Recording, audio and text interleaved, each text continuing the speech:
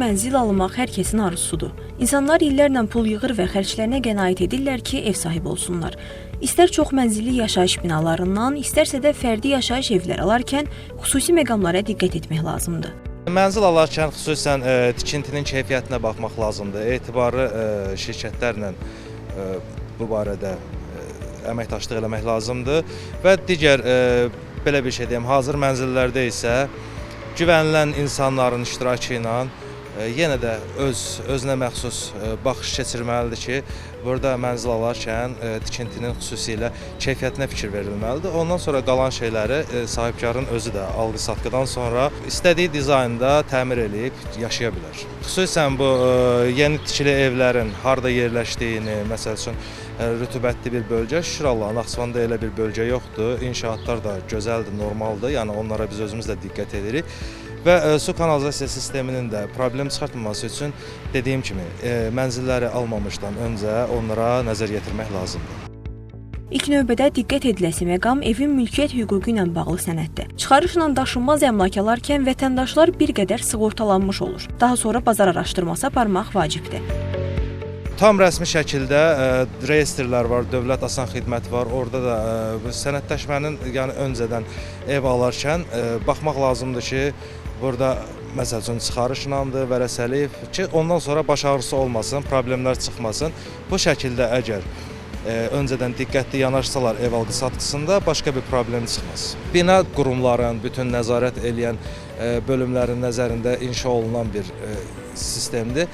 Amma cəmaət, xüsusən də vətəndaşlar, yəni son dövrlər həyət evlərinə üstünlük verirlər.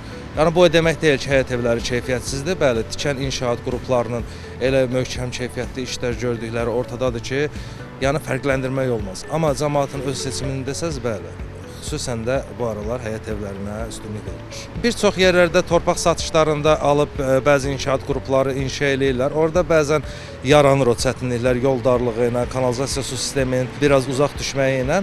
Amma onlara dediyim kimi alıcının özü hər yerdə qüsurlu evdə olacaq, qüsursuz evdə olacaqdır. Təbii ki, alıcının özü diqqət yetirməlidir. Fərdi yaşayış evləri alan zaman isə torpaqla bağlı məqamlara diqqət etmək lazımdır. Xüsusilə baxmaq lazımdır ki, fərdi yaşayış evinin torpaq mülkiyyəti xüsusi mülkiyyətdədir ya bələdiyyə mülkiyyətində. Mənzilin texniki pasportu, girov altında olub-olmaması, eləcə də kommunal borcları da araşdırılmalıdır. Bundan başqa mənzilin yerləşdiyi ərazi də vacib amildir. Bəs vətəndaşlar bu mövzuda nə düşünürlər? Ev alarkən daha çox nələrə diqqət edirsiniz? Əsasən onun gözəlliyinə, qəşəng təmir olmağına baxırıq, görək nə tərdir. Ev almısınız heç? Almışıq, bəli. Qonşuluqdan da almışıq. Təmirsizdir aslında. Özümüz təmir eləmişik, nəcür lazımdır.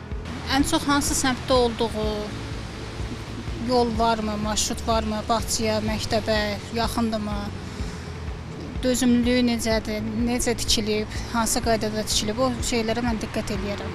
Ev alarkən qiymətə daha çox üstünlük verirsiniz, yoxsa keyfiyyətə və yaxud da yerləşdiyi əraziyəmi? Ən əsas odur ki, birinci növbədə keyfiyyətə, ikinci növbət məlum məsələdir ki, qiymət. İndi ərazinin, yəni insan rahatçılığı olan yerdə, yəni ərazi, yəni söz şeyi deyil də, yəni rahatçılıq olsun.